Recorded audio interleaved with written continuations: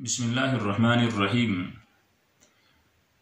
نماز کے اندر خشوع اور خضوع کے حوالے سے کچھ گفتگو آپ حضرات کے سامنے کروں گا۔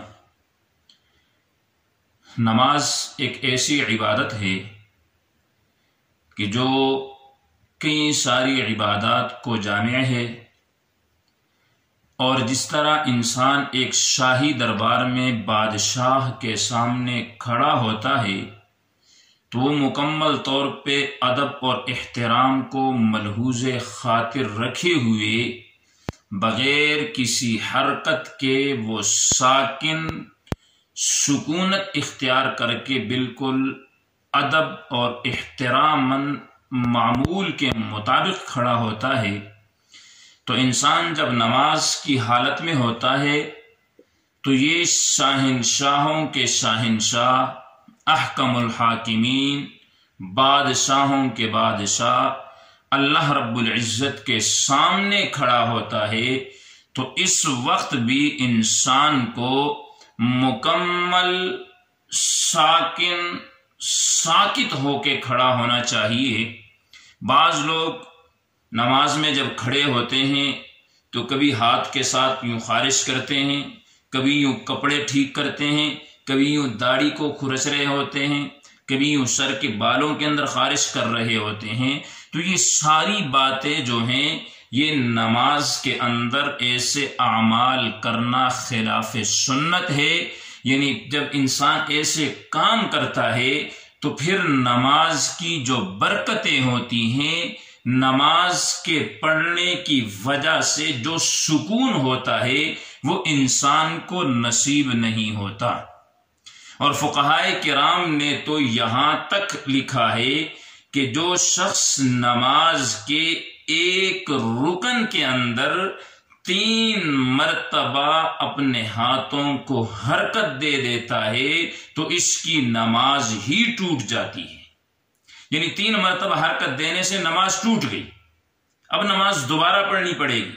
اور اگر 3 مرتبہ سے کم وہ ایک رکن کے اندر اپنے ہاتھوں کو حرکت دیتا ہے تو اس سے نماز تو نہیں ٹوٹتی، لیکن یہ نماز اس میں خلاف سنت پڑی ہے۔ لہٰذا جو نماز کی برکتیں، نماز کی جو رحمتیں ہیں اور نماز کی وجہ سے ملنے والا جو سکون ہے وہ اس شخص کو نصیب نہیں ہوتا۔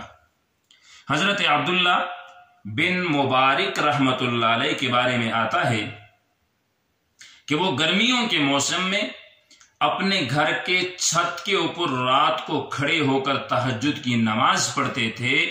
تو جب وہ تہجد کی نماز کے لیے کھڑے ہوتے تو پڑوس میں دیکھنے والے لوگ یوں سمجھتے کہ گویا چھت کے اوپر کسی لکڑی کو گاڑ دیا گیا ہے، یہ عبداللہ بن مبارک نماز نہیں پڑھ رہا بلکہ ایک لکڑی کھڑی ہے۔ تو یہ ان کی نماز کے اندر خشوع اور خضوع تھا۔ اور خشوع خضوع کا مطلب یہی ہے کہ جسم کو اور اعضاء کو اللہ رب العزت کے سامنے جھکا دینا، کہ سجدہ ہو یعنی قیام ہو تو قیام کے اندر قیام کے آداب کو ملحوظ خاطر رکھا جائے۔ انسان جب رکوع کرے نماز کی حالت میں تو جو رکوع ہو اس میں رکوع کی آداب کو سامنے رکھا جائے۔ جب انسان سجدہ کرے تو سجدے کی حالت میں جو سجدے کے آداب ہیں ان کو سامنے رکھے، اس لیے کہ با ادب بانصیب اور بے ادب بے نصیب کے اس ضابطے کو سامنے رکھیں۔ جتنا انسان نماز کے اندر سکون اختیار کرے گا، اعضاء کو حرکات وغیرہ نہیں دے گا، اتنا ہی یہ شخص با ادب ہوگا، اور جو شخص با ادب ہوگا وہ با مراد بھی ہوگا اور با نصیب بھی ہوگا۔ اور جب انسان نماز کے اندر سکون اختیار کرتا ہے، اطمینان کے ساتھ نماز پڑھتا ہے، تو خدا کی قسم پھر نماز اس کو زندگی کے اندر اس پڑھنے والے کو اللہ ایسا سکون اور اطمینان دیتا ہے کہ یہ بالکل پرسکون طریقے سے زندگی گزارتا ہے۔ اللہ رب العزت سے دعا ہے کہ اللہ ہمیں سکون اور اطمینان، خشوع اور خضوع کے ساتھ نماز پڑھنے کی توفیق عطا فرمائے۔ وآخر دعوانا ان الحمد للہ رب العالمین۔